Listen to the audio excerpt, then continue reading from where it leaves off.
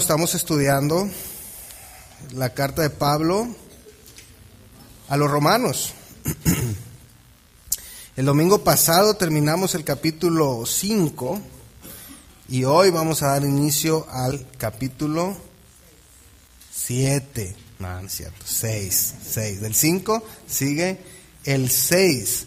Y cada vez se va poniendo, toda la carta ha sido muy interesante, pero cada vez va tomando, como que Pablo va subiendo la intensidad de su predicación, de su enseñanza, y estamos llegando a estos momentos, cumbres de la epístola.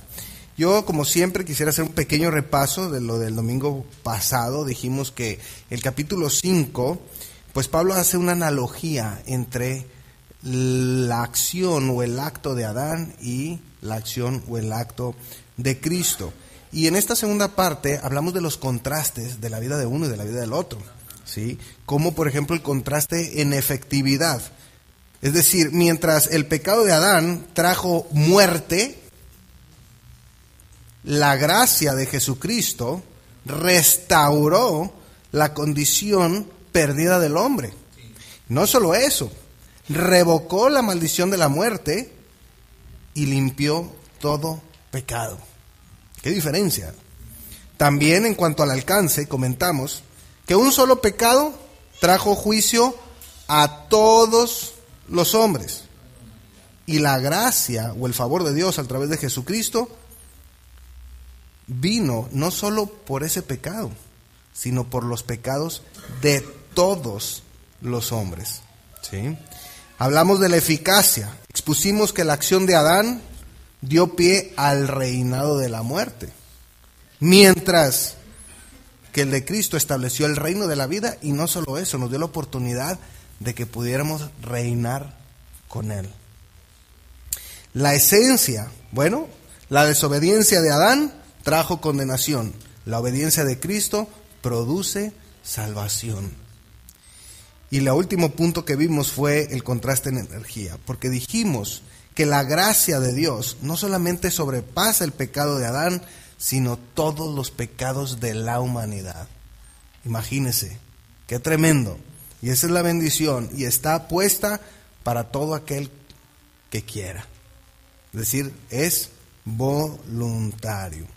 El día de hoy vamos a iniciar este capítulo 6 de nuestro estudio, y quiero decirle que es bien importante que el día de hoy preste mucha atención, porque con la ayuda del Espíritu Santo, si usted capta en esta mañana lo que vamos a ver, yo quiero decirle que usted va a vivir su vida en Cristo tal como Dios la diseñó, tal como Él quiere que la vivamos. Pero es bien importante captar lo que vamos a ver en esta mañana. Es decir, va a ser una vida en victoria, será una vida de compromiso a Dios y de convicciones firmes. El entender esto. Vamos a ver hoy, el tema de hoy se llama morir para vivir. Morir para vivir. Hemos visto a lo largo de nuestro estudio cómo es que cuando Pablo está escribiendo esta carta a los romanos, Pablo, conociendo los argumentos y los cuestionamientos que le pudieran hacer los hombres, él se adelanta, se anticipa a contestarlos antes de que se los pregunten, ¿sí? Y hoy, con este capítulo 6, acuérdense, el capítulo 5 termina diciendo: mas cuando el pecado abundó, sobreabundó la gracia. Entonces, imagínense lo que esta frase en la mente de una persona sin conocimiento puede causar. O sea, Pablo, ¿tú me estás diciendo que entre más pecado, más gracia?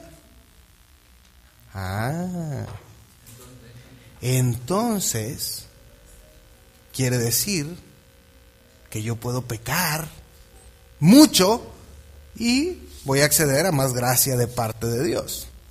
Porque Pablo termina diciendo: más, cuando abundó el pecado, sobreabundó la gracia. ¿Sí? Pero antes Acuérdense que en el tiempo en que se escribió la Biblia no había capítulos, es decir, de corridito. No había el capítulo 6, no había el capítulo 5, simplemente eran todo el escrito. Entonces, el versículo 1 del capítulo 6 dice, ¿qué pues diremos? Entonces ya empieza Pablo, entendiendo lo que la gente pudiera pensar, argumentando, ¿qué pues diremos? ¿Perseveraremos en el pecado para que la gracia abunde?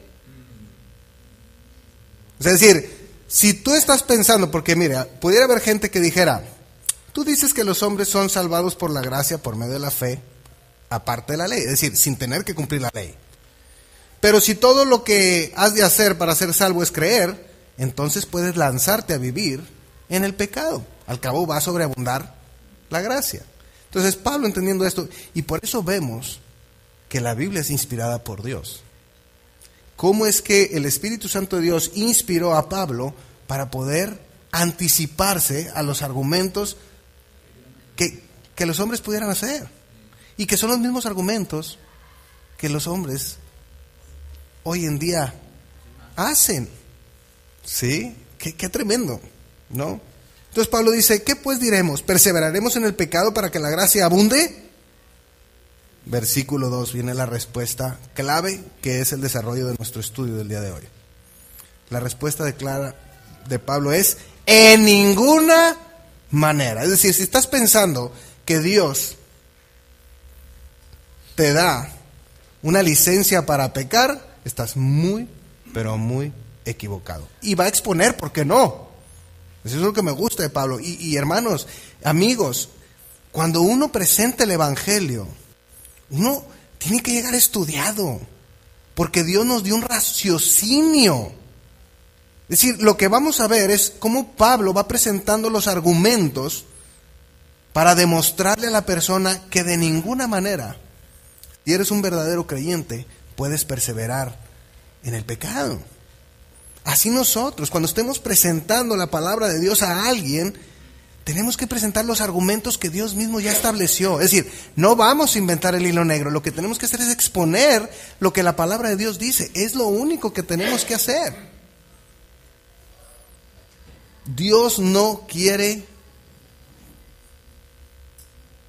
borreguitos. Dios quiere que las personas, de acuerdo a su inteligencia, de acuerdo a su raciocinio, puedan, por así decirlo, digerir la palabra y tomar decisiones. Es decir, sí, efectivamente, eso es lo que quiero. En ninguna manera, porque los que hemos muerto al pecado, ¿cómo viviremos aún en él? Y mire, Pablo está mostrando una verdad posicional. Esto quiere decir que cuando Jesús murió al pecado, murió como nuestro representante y no solo como nuestro sustituto. Ahorita voy a aclarar a qué me refiero. Es decir, murió por nosotros, o bien dicho, en nuestro lugar, y también como nosotros, en nuestra representación. Todos los que han confesado a Cristo como su Señor y Salvador son vistos por Dios como muertos al pecado. Así es como Dios los ve. Por eso nosotros somos la versión espiritual de The Living Dead, o The Dead Walking, The Walking Dead, ¿no? Espiritualmente. ¿Por qué? Porque estamos al revés de la serie, ¿verdad? Estamos muertos al pecado, pero vivos para Dios. Ese es el principio. Esto no quiere decir que el creyente sea sin pecado. Significa que está identificado con Cristo en su muerte y en todo lo que su muerte significa. Hermanos, Jesucristo murió en la cruz por los pecados de toda la humanidad. ¿Estamos de acuerdo? Cuando la persona reconoce y dice, Jesucristo, creo que tú eres el Hijo de Dios y que viniste a darme la vida eterna y el perdón de mis pecados, en ese momento el cuerpo de pecado de ese hombre, ¡pum!, se clava en esa cruz. Así es. Por eso le digo, El entendimiento de esto le va a dar a usted el poder vivir su vida en Cristo tal como Dios la diseñó, en victoria. Por eso le digo, es bien importante que podamos captar lo que vamos a ver aquí. Y la pregunta que me surgió a mí, que estoy seguro que les puede surgir a ustedes, es, ok, a ver, yo soy muerto al pecado. ¿Por qué sigo pecando? ¿Cómo es que el creyente puede tener una victoria constante sobre el pecado? ¿Cómo? Mire lo que Pablo dice. En el versículo 3 y en el versículo 6 nos da el kit, la clave. Porque empieza diciendo, ¿o no sabéis? Versículo 6, sabiendo esto, ¿de qué les habla?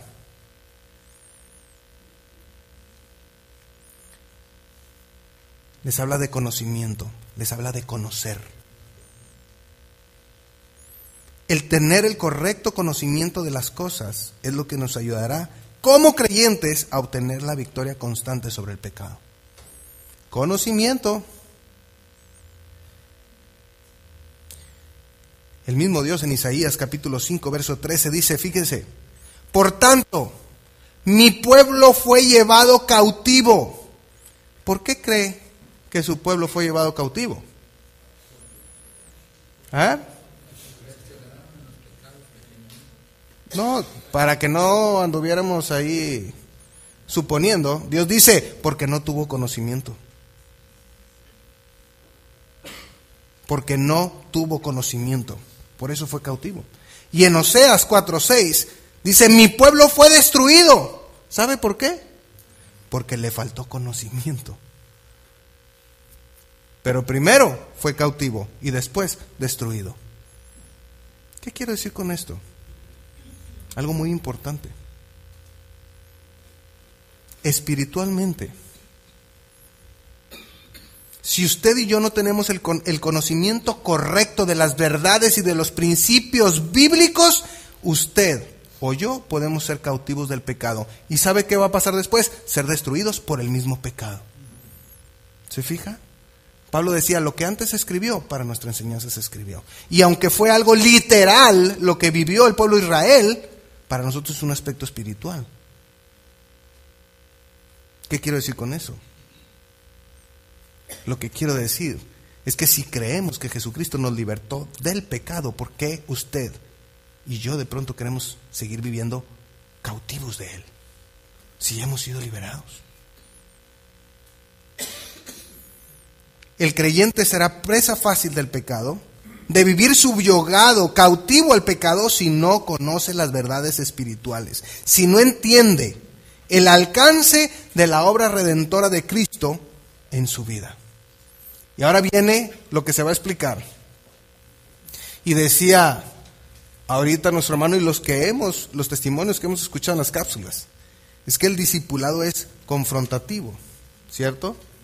Y es cierto. Mire lo que hacía Jesucristo con sus discípulos. Claro, Él era un ejemplo de vida, pero también los confrontaba. Y les decía, muchos de ustedes me siguen porque les doy de comer. Pero no se pierdan. Agarren el pan de vida. Yo soy el pan de vida. El que coma de mí, dice, no tendrá hambre jamás. Y sus mismos discípulos, esos los más allegados, le dicen, dura es tu palabra, ¿quién podrá seguirla? Ese es el costo del discipulado. Que cuando uno está en este proceso de crecimiento espiritual, uno es confrontado con la verdad bíblica. Y tiene dos opciones nada más. O te humillas delante de Dios, reconoces que estás mal y obedeces. O ensoberbeces tu corazón y le dices a Dios, no te necesito. Nada más hay dos opciones. Lo que Pablo nos va a mostrar aquí, mis queridos hermanos, va a ser algo confrontacional. Versículo 3, Romanos 6. ¿O no sabéis que todos los que hemos sido bautizados en Cristo Jesús? ¿Qué quiere decir esto? Bautismo viene del griego baptizo, que significa sumergir. ¿Ok? Por lo que el bautismo en Cristo significa que en la consideración de Dios, el creyente ha muerto con Cristo y ha resucitado con Él. Por eso les decía yo que en el momento en que la persona reconoce a Jesucristo como su Señor y Salvador, se sumerge en Cristo, se bautiza en Él, en ese momento se sumerge en Él, y entonces el cuerpo de pecado de la persona es clavada en la cruz. Así es como Dios lo ve. Ese es el principio.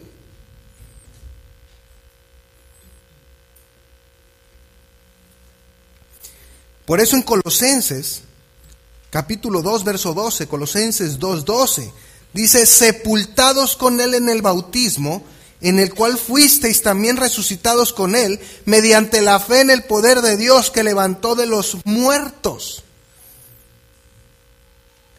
Y cuando está hablando de este bautismo, tanto en Romanos como en Colosenses, déjenme les digo, que no está hablando particularmente del bautismo en agua. Ahorita les voy a explicar qué importante es, pero no está hablando de eso. Está hablando de en el momento en que accedimos a la gracia de Dios por reconocer a Jesucristo como Señor y Salvador. Todo esto pasó en ese momento. Pero ¿sabe cuántos creyentes no entienden lo que verdaderamente sucedió cuando aceptaron a Cristo? ¿Y saben cómo nos damos cuenta? Por su manera de vivir. Nos damos cuenta que no han comprendido lo que verdaderamente pasó en su vida, si es que pasó. En Gálatas 3:27 dice: porque todos los que habéis sido bautizados en Cristo, de Cristo estáis revestidos. Ahora, cuando Pablo se refiere aquí al bautismo, está pensando a la vez en nuestra identificación espiritual con Cristo, es decir, lo que pasó, esa acción, pero también en la representación del bautismo en agua. Son dos cosas. Y le digo, esto es importantísimo que lo entendamos. ¿Qué pasó cuando Alberto reconoció a Jesucristo como Señor y Salvador? En ese momento, de acuerdo a la Escritura, yo fui bautizado en Cristo, que también bautizado en Espíritu Santo. Ahí se da, ¿ok? Eso lo que quiere decir es que mi cuerpo de pecado fue clavado con Cristo en la cruz. Ahora soy muerto al pecado y he resucitado con Cristo. Es decir, por eso dice, tienes la vida eterna, no la tendrás. Tienes, ya resucitaste espiritualmente. Eso es lo que ya pasó en nuestra vida. Ya está. ¿Por qué es importante el bautismo en agua? Porque es la representación de un claro entendimiento de lo que pasó. Es la representación de que tengo el entendimiento de lo que pasó espiritualmente en mi vida. Pero le digo algo. Hoy en día muchos creyentes ni siquiera entienden qué fue lo que pasó en su vida. Y por ese mal entendimiento es que sus vidas andan desordenadamente. Por eso es responsabilidad de nosotros como pastores predicar la verdad de Dios. Cada versículo de la Escritura tenemos que predicarlo, porque está ahí con una razón de ser. No están ociosas las palabras de Dios. En el Nuevo Testamento nunca contempla la situación anormal de un creyente no bautizado. Nunca. Por ejemplo, Hechos 2, 40 al 42. Hechos 2, 40 al 42, después del día de Pentecostés, dice: y con otras muchas palabras testificaba y les exhortaba, Pedro, diciendo: sed salvos de esta perversa generación. Versículo 41, así que los que recibieron su palabra fueron bautizados y se añadieron aquel día como 3,000 personas. Hechos 16. Hechos capítulo 16, verso 30 al 33. Y sacándolos les dijo: señores, ¿qué debo hacer para ser salvo? El carcelero le dice a Pablo. Ellos dijeron: cree en el Señor Jesucristo y serás salvo tú y tu casa. Y le hablaron la palabra del Señor a él y a todos los que estaban en su casa. Y él, tomándolos en aquella misma hora de la noche, les lavó las heridas y enseguida se bautizó él con todos los suyos. Hechos 18:8. Y Crispo, el principal de la sinagoga, creyó en el Señor con toda su casa, y muchos de los corintios, oyendo, creían y eran bautizados. ¿Qué quiero decir con esto? En el Nuevo Testamento no se contempla un creyente en Jesucristo que no haya sido bautizado. ¿Y sabe por qué? Porque el bautismo sí es el primer acto de obediencia a Dios, pero no es más que dar un testimonio público de lo que entiendo que lo que pasó en mi vida en ese momento espiritualmente. Por eso de pronto resistimos un poquito cuando los jovencitos están pequeños. Lo resistimos un poquito. Porque le voy a decir algo. Hay muchos adultos que ya fueron bautizados que ni siquiera entienden lo que hicieron.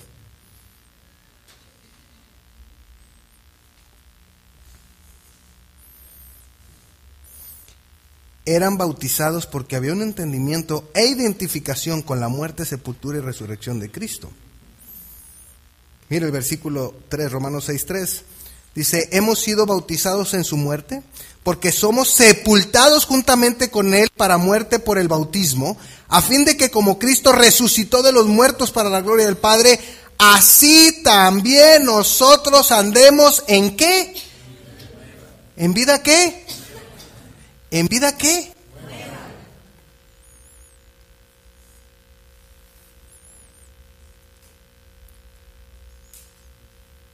¿Y por qué está viviendo su vida como inconverso? ¿Por qué sigue viviendo su vida como antes de ser creyente? Porque si fuimos plantados juntamente con él en la semejanza de su muerte, así también lo seremos en la de su resurrección. Quiero decirle algo: el bautismo por inmersión en agua predica, porque es una demostración visual de lo que sucedió cuando aceptamos y reconocemos a Cristo como nuestro Señor y Salvador. Es lo que les he estado diciendo. El bautismo, en primer lugar, hablando de lo que representa la muerte, sepultura, por eso queda la persona completamente abajo del agua, porque ha sido sepultada. Sale porque está resucitando, está muriendo al pecado para vivir una nueva vida en Cristo.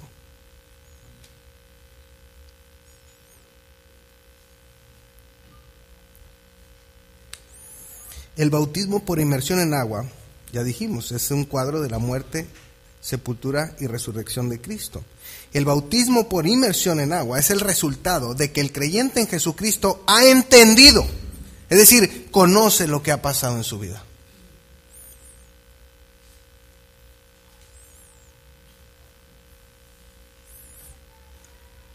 Ahora entenderá usted por qué en la Biblia no encontramos el bautismo de los bebés. ¿Qué entendimiento pueden tener de esto?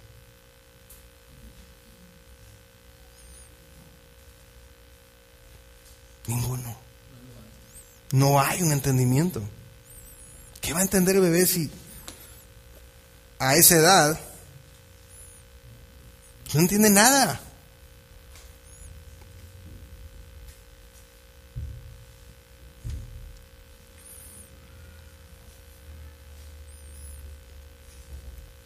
No tienen la capacidad de entender lo que el bautismo en agua representa y significa. Ahora, quiero abrir un poquito aquí mi corazón, porque lo que es triste es que usted ya haya sido bautizado en Cristo. Ya sabemos que es el bautismo en Cristo, es decir, cuando aceptaste a Jesucristo como Señor y Salvador, que haya sido bautizado en agua, es decir, que usted haya demostrado públicamente que entendió la obra redentora de Cristo, y usted esté cautivo en el pecado y cautivado por lo que este mundo le ofrece. Es decir, que usted esté viviendo su vida como antes de conocer a Cristo. Eso es lo triste, lo lamentable. Porque uno de dos: o no es creyente, usted piensa que es, no es. O como dicen los abogados, aceptando sin conceder. Vamos a suponer que usted sí sea, quiere decir que usted es un ignorante de lo que la palabra de Dios dice. Es decir, ignora lo que verdaderamente pasó en su vida. Y como lo ignora, no puede actuar en consecuencia. Eso es. Porque si la Biblia dice que hemos muerto al pecado, yo quiero decir lo siguiente.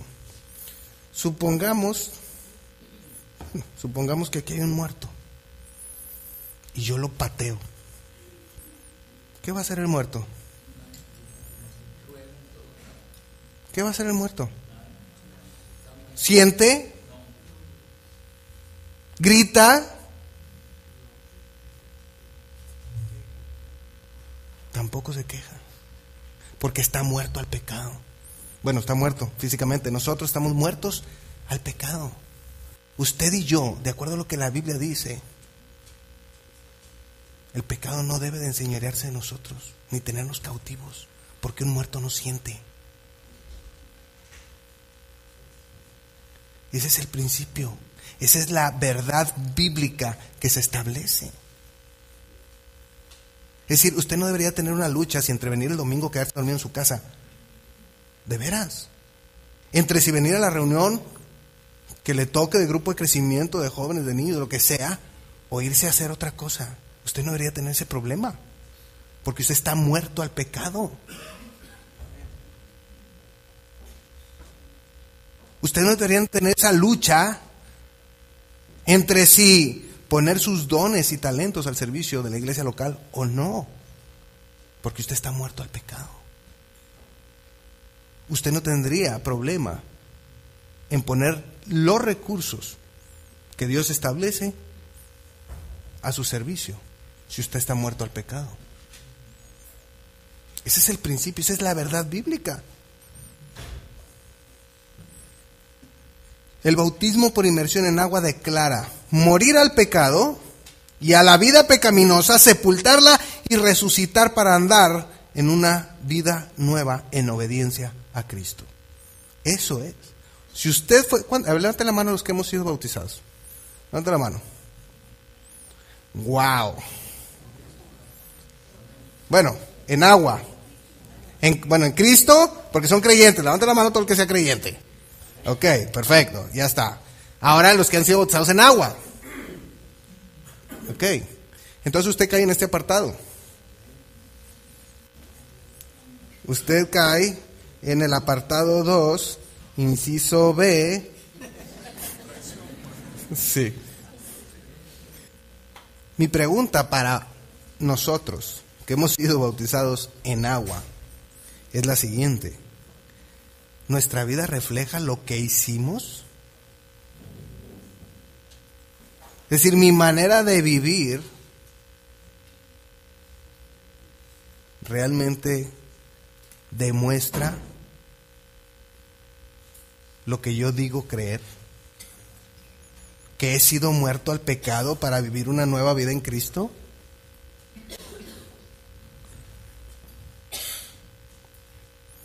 Porque si eso fuera cierto, habría una obediencia a lo que la palabra se establece. Habría una sujeción en su matrimonio, el varón de Cristo, la mujer al esposo, etcétera, etcétera, etcétera.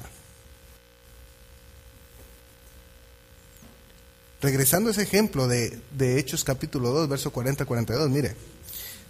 Lo voy a volver a leer porque lo leímos. Dice, con otras muchas palabras testificaba y les exhortaba diciendo, sed salvos de esta perversa generación. Y ya vimos qué pasó, que los que recibieron su palabra fueron bautizados y se añadieron aquel día como 3,000 personas. Pero miren lo que pasó después.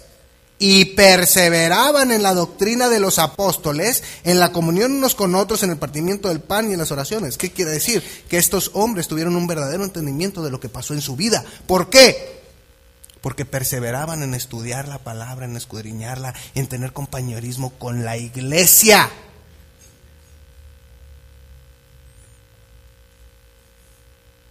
Y participaban de la Santa Cena.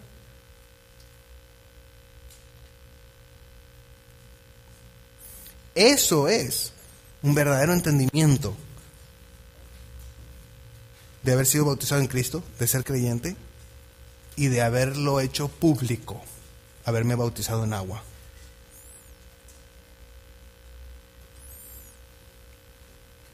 Posiblemente ahora usted dirá: chas, yo no entendí eso y ya me bauticé.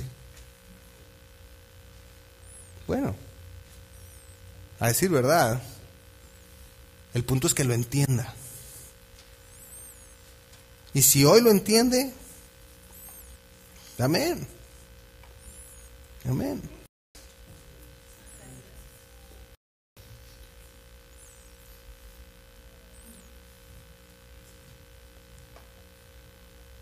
Muerto al pecado, a mi vida pecaminosa, sepultado y resucitado para andar en una nueva vida en Cristo, una vida de obediencia a Él. Sencillo. Vamos a empezar. ¿A cuánta gente le ha testificado esta última semana? ¿En qué etapa de su proceso de crecimiento espiritual usted va? ¿Está usted en un discipulado o no? Su obediencia a Dios, ¿cómo está usted con su diezmo y sus ofrendas? ¿Los está dando? Sus dones y talentos, ¿están puestos al servicio de la iglesia local? ¿Está usted involucrado en el grupo que le corresponde?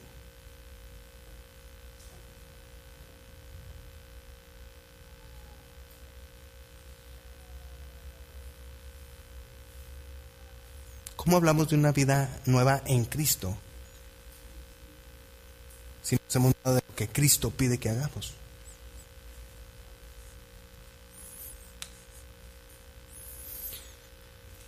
La iglesia de hoy, de acuerdo a lo que nos enseña la palabra, es una iglesia tibia. Es una iglesia materialista. Es una iglesia cómoda. Ese es el contexto de la iglesia en la que vivimos hoy. No sea parte de eso. Porque aunque usted está en una iglesia con una visión de parte de Dios, misionera, que evangeliza, que discipula, eso no lo hace usted.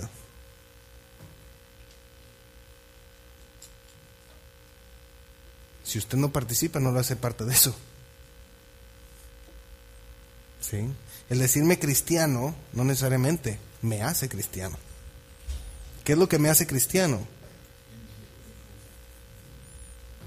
Primero, ese reconocimiento, pero dos, seguido de mi testimonio, que verdaderamente está ahí. De lo contrario, podríamos decir, soy simpatizante. ¿Sí? O sea, la paso bien, está a gusto, la entiendo, ¿verdad? Como mucha gente dice. Pero ¿qué de mi vida en Cristo?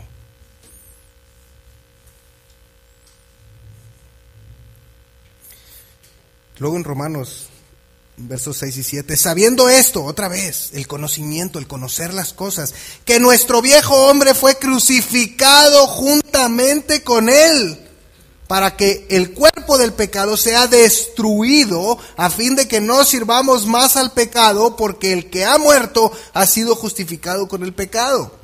Y cuando habla del viejo hombre, se está refiriendo a esa imagen y naturaleza pecaminosa, a imagen de Adán, a la naturaleza no regenerada. Pablo establece, dice, fue crucificado. No dice simbólicamente fue crucificado, dice fue. Es lo que yo les digo. En el momento en que la persona acepta a Jesucristo como Señor y Salvador, esa naturaleza pecaminosa fue crucificada juntamente con Él. Eso es lo que pasó. pero tiene un propósito. ¿Cuál cree que es ese propósito?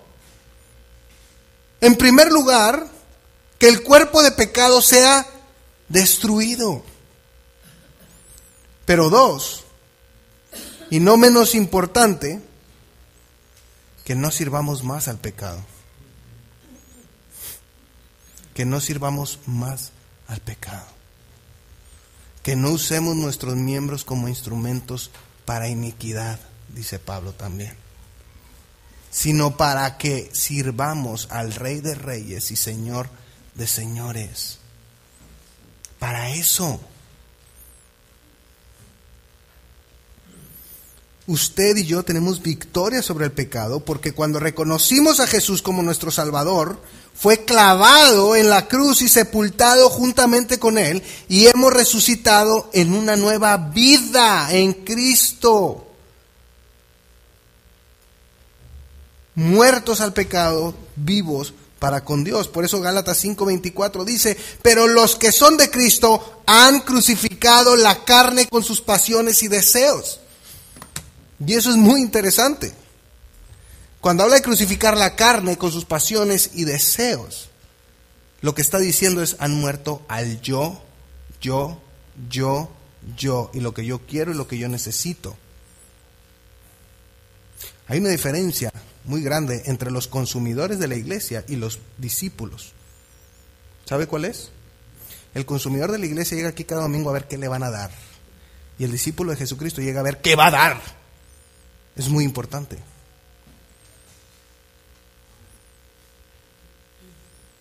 ¿Cómo llegó usted esta mañana? ¿A ver qué le va a sacar a la iglesia? ¿O a ver qué viene a darle a la iglesia?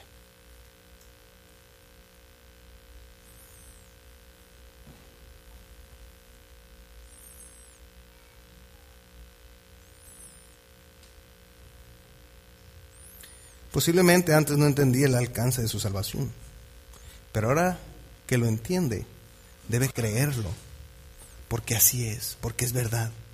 Porque el conocer esto le dará victoria sobre el pecado y le dará convicción de servir a nuestro Señor Jesucristo. El conocimiento de esto va a hacer que el Espíritu Santo de Dios active su espíritu para ponerse las pilas y trabajar en la obra de nuestro Señor Jesucristo el tiempo que queda. Y déjeme le digo algo, es muy corto, falta muy poquito, créame. Vea lo que está pasando a nivel mundial, vea cómo se está acomodando el escenario económico, político, religioso.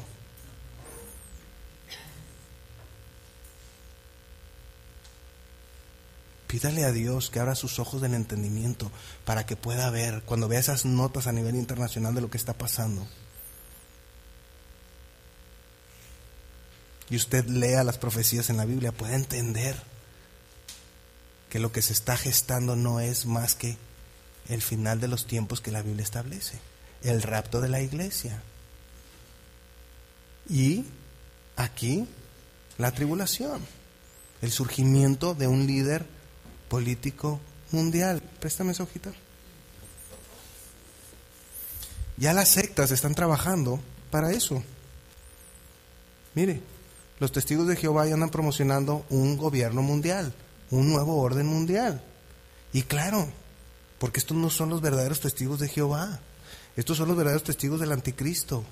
Y le van a ayudar a preparar el camino al anticristo. Cuando emerja, ¡ay, ahí está, ese es! Son ellos, entre otros. Porque déjame le digo otra cosa, muchos de los evangélicos también están coadyuvando y colaborando para el surgimiento del mismo anticristo. Unos arrastrados por ignorancia y otros porque son infiltrados del mismo Satanás dentro de las iglesias, que están llevando a las multitudes a adorarlo. El tiempo está cerca. ¿Qué va a hacer usted? Dios ya lo libertó de la esclavitud del pecado. Si usted sigue preso, es por su propia voluntad.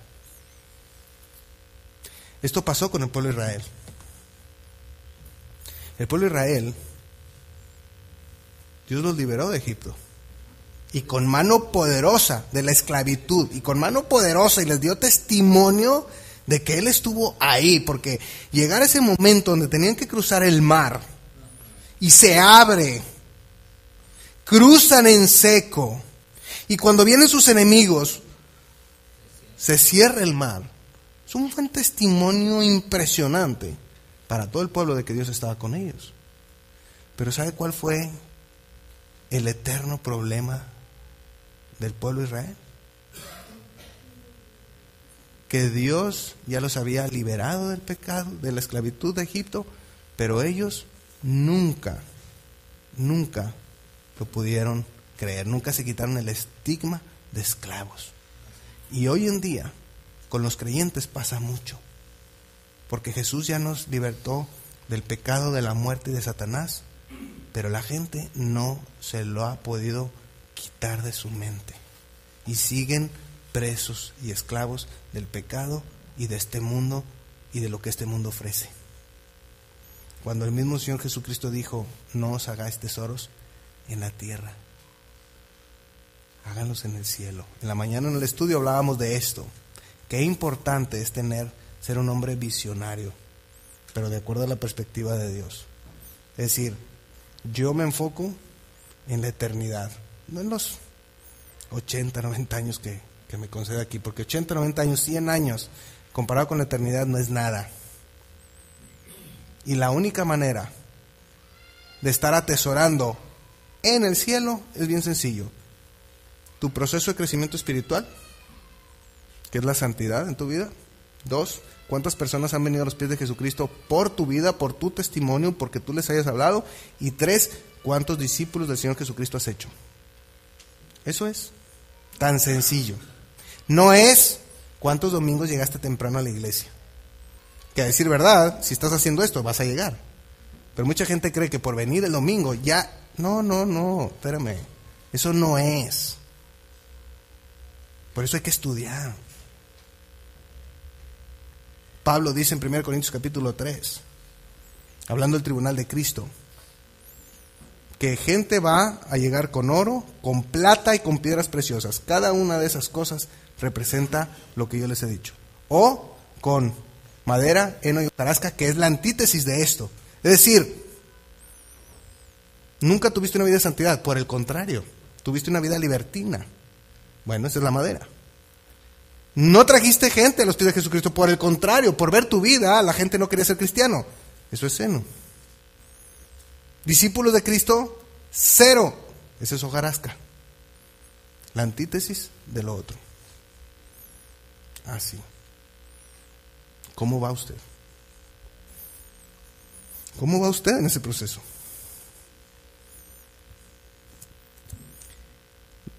Verso 8 al 10, y aquí terminamos. Dice: y si morimos con Cristo, creemos que también viviremos con Él, sabiendo que Cristo, habiendo resucitado de los muertos, ya no muere. La muerte no se enseñorea más de Él. Porque en cuanto murió, al pecado murió una vez por todas, mas en cuanto vive, para Dios vive. ¿Qué quiere decir esto? Que el dominio del pecado sobre nosotros ha sido quebrantado. Compartimos la vida de resurrección de Cristo aquí y ahora y por la eternidad. Este es el principio. No es que vamos a tener la vida eterna, ya la tenemos. Ya resucitaste una nueva vida en Cristo. Eso es real, es literal, ya pasó. Eso es lo que la Biblia establece. Jesucristo resucitó y nunca jamás volverá a morir. Nunca. Como nosotros tampoco. Si usted es un verdadero creyente, no volverá a morir. La muerte se enseñoreó de él por 3 días y por 3 noches. Pero ese dominio desapareció para siempre cuando él llevó cautiva la cautividad y resucitó. Eso ya no va a volver a ser, no va a volver a pasar, ya lo hizo una vez y para siempre. Como también nosotros, cuando confesamos a Jesucristo como Señor y Salvador, es una sola vez y para siempre. Si fue genuino, si fue sincero, si fue honesto. Entonces, yo quiero terminar con lo siguiente. Si usted es un verdadero creyente en Jesucristo, ni el pecado, ni la muerte, ni el diablo se pueden enseñorear de usted. Cristo los venció y nosotros con Él. Esa es la verdad bíblica que Pablo está estableciendo aquí. Dice, no puedes pecar porque estás muerto al pecado. Y si estás muerto, entonces no sientes. Por eso es que no puede sobreabundar el pecado, porque espiritualmente es imposible, no debería. La pregunta es, si está pasando, entonces hay que examinar. Una, que verdaderamente sea auténtica mi confesión delante de Jesucristo, y si esa sí fue sincera, entonces que no sea por ignorancia. Ahora ya sabe usted lo que literalmente pasó cuando reconoció a Cristo. Su cuerpo de pecado y el mío fueron clavados en la cruz. Así. Aunque el evento de Jesucristo fue hace 2000 años, en el momento en que lo aceptamos, en ese momento pasó. Y hemos resucitado para una nueva vida en Cristo. ¿Qué va a hacer? ¿Qué va a hacer? Morir para vivir. Morir para vivir. Se trata de morir a nuestros deseos, a nuestro yo, a lo que queremos, a nuestros sueños, para que sean los de Dios. Y créame, cuando usted se alinee a los deseos, a la voluntad y a los sueños de Dios, usted no va a salir decepcionado. Dios le va a dar mucho más abundantemente de lo que usted puede pedirle o entenderle, porque eso es lo que la Biblia dice. Pero tenemos que morir para vivir.